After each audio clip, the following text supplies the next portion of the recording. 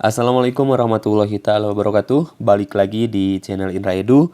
Nah, dalam kesempatan kali ini kita akan melanjutkan pembelajaran kita, yaitu masih materi pendidikan Pancasila kelas 8 bab 6 kurikulum merdeka. Adapun sub pembahasannya itu adalah bagian B, etika berinternet atau netiquette.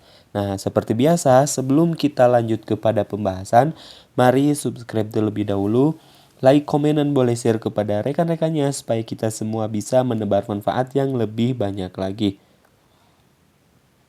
Adapun tujuan pembelajarannya yaitu peserta didik mampu diharapkan menerapkan etika berinternet dalam interaksi di dunia digital sebagai bentuk keimanan kepada Tuhan Yang Maha Esa. Nah, inilah tujuan pembelajaran kita dalam pertemuan kali ini. Jadi, kalian diharapkan mampu menerapkan atau bisa menerapkan etika berinternet dalam interaksi di dunia digital sebagai bentuk keimanan kepada Tuhan Yang Maha Esa.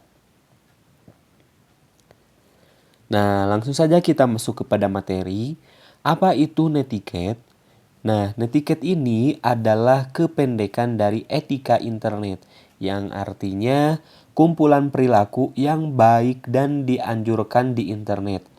Mengikuti dan mengamalkan perilaku online baik yang tidak hanya wajib. Ini adalah tanggung jawab setiap orang. Nah, mari kita kenali perbedaannya antara etiket di masyarakat dan juga etiket di dalam teknologi. Sementara etika ya di dalam masyarakat, sopan santun yang perlu diikuti dan diamalkan sebagai warga yang baik. Sementara etiket dalam teknologi, sopan santun yang perlu diikuti dan diamalkan saat berinteraksi dengan orang lain secara online. Nah, itu perbedaannya antara etiket di masyarakat dan juga etiket di teknologi. Kalau etiket di masyarakat itu bisa dikatakan penerapannya secara langsung, secara tatap muka, gitu ya, secara tatap muka, face to face, gitu ya, langsung. Sementara etiket di dalam teknologi yaitu yang harus kita diamalkan dalam berinteraksi dengan orang lain itu secara online atau dunia maya. Dua-duanya itu memerlukan etika. Nah, hal penting yang dapat diingat, kita semua tetaplah manusia, maka perlakukanlah semua orang dengan hormat. Sopan santun dalam berinteraksi dengan guru dan sesama teman tetaplah sama. Hal yang tidak boleh kita lakukan secara langsung juga tidak boleh kita katakan secara online. Nah, di mana kita sekarang sudah marak dunia era internet. Jadi semuanya serba internet, serba online gitu ya. Dengan kita rebahan di rumah saja kita bisa scroll-scroll media sosial. Nah, media-media sosial tersebut tetaplah kita menerapkan perilaku-perilaku yang baik gitu ya. Karena kenapa? Kalau kita melanggar atau kita menghina di dunia maya seperti itu, maka kita akan dikenai sanksi atau hukuman ya. Berikutnya, mengapa perlu mengikuti etiket internet yang baik? Yaitu mengenal lebih jauh sopan santun saat online. Di antaranya, untuk berkolaborasi secara harmonis dengan orang lain. Nah, kemampuan menempatkan diri secara online serupa dengan menempatkan diri di masyarakat. Jadi tidak ada perbedaan antara menempatkan diri secara online dengan menempatkan diri secara offline. Jika kita mengikuti tata kesopanan, kita dapat bekerja secara harmonis dengan orang lain. Hal ini juga menghindarkan miskomunikasi dan kesalahpahaman. Selain untuk berkolaborasi secara harmonis dengan orang lain, yang berikutnya yaitu untuk membantu orang lain dan dirimu sendiri. Di mana salah satu contohnya pembelajaran virtual adalah hal baru yang juga membingungkan bagi semua orang. Nah, mempraktikkan netiquette yang baik akan memudahkan proses transisi bagi semua orang yang terlibat. Lalu yang berikutnya, karena kita menempati ruang yang sama. kita semua bertanggung jawab untuk membuat komunitas online aman dan kondusif bagi proses pembelajaran. Kita berada di ruang bersama ini karena kita semua ingin belajar. Nah, itu adalah salah satu penerapan ketika sedang pembelajaran online gitu ya.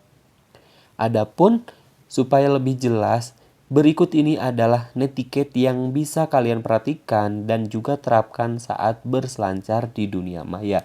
Yang pertama, menulis atau memposting informasi yang valid dan benar.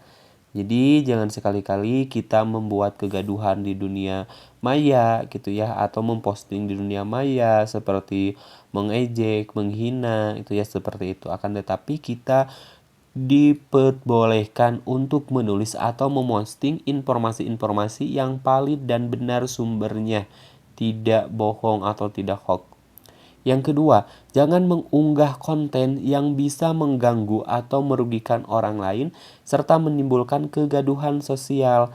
Nah, selain kalian harus menulis dan memposting informasi yang valid dan benar, kalian pun jangan mengunggah konten yang bisa mengganggu atau merugikan orang lain gitu ya, seperti itu. Yang ketiga, jangan menyampuri postingan yang bukan menjadi urusan kita. Jadi jangan menyampuri urusan orang lain gitu ya, seperti itu. Jangan ikut campur. Dan nanti bisa saja merepotkan terhadap diri kita sendiri atau menambah beban pada orang lain. Yang keempat, jangan mengintip apalagi mencuri data orang lain. Nah, ini jangan mengintip apalagi mencuri data orang lain. Ini tidak diperbolehkan seperti itu. Dan data kita pribadi pun harus dijaga-jaga gitu ya dengan aman supaya tidak dicuri oleh orang lain seperti itu. Selain kita tidak mengintip apalagi mencuri data orang lain, data kita sendiri pun harus diamankan, jangan sampai dicuri oleh orang lain seperti itu. Yang berikutnya, jangan membajak hak kekayaan intelektual orang lain. Nah, ketika orang lain sudah memposting, sudah capek-capek membuat konten, terus juga diakui oleh kita sendiri atau dibajak atau dimiliki oleh kita sendiri. Nah, itu tidak boleh seperti itu. Dan nanti akan dikenai sanksinya, gitu ya, ada pasalnya. Yang keenam, hati-hati dalam penggunaan huruf kapital. Penggunaan huruf kapital pada umumnya menunjukkan penulisan sedang marah, kecewa, dan emosi negatif lainnya. Gunakan huruf kapital pada konteks yang tepat, misalnya untuk penegasan dengan jumlah huruf kapital yang wajar. Nah, ini pun hati-hati ya. Jadi, kita harus pandai menggunakan huruf kapital. Nah, penggunaan huruf kapital ini pada umumnya menunjukkan tandanya seseorang itu sedang marah, sedang kecewa, dan juga sedang emosi negatif lainnya. Makanya kita harus pandai menerapkan huruf kapital atau pada konteks yang tepat gitu ya, seperti itu. Yang berikutnya, membalas pesan pribadi secara pribadi. Jangan membalas pesan pribadi di forum umum seperti lini masa, media sosial, grup WhatsApp, ataupun carbon copy pada email. Yang berikutnya, berhati-hatilah dalam meneruskan ya pesan atau konten. Telitilah dulu validitas konten atau pesan tersebut. Pastikan bukan hoax atau konten bohong atau spam konten sampah. Yang berikutnya, menuliskan komentar, mengajukan dan menjawab pertanyaan dengan tepat dan sopan dalam forum-forum dunia maya seperti lini masa media sosial. Yang berikutnya, saling menghormati dan menghargai perbedaan pendapat. Terus juga pilihlah konten dalam dunia maya yang bermanfaat dan juga yang produktif.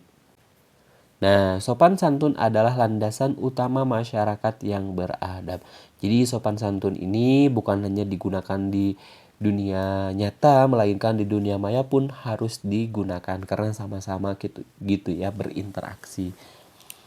Setelah kalian menerapkan netiquette untuk diri sendiri, sebaiknya kalian juga aktif mempromosikan. Ajaklah teman-teman kalian di sekolah untuk juga menerapkan netiquette saat berselancar di dunia maya.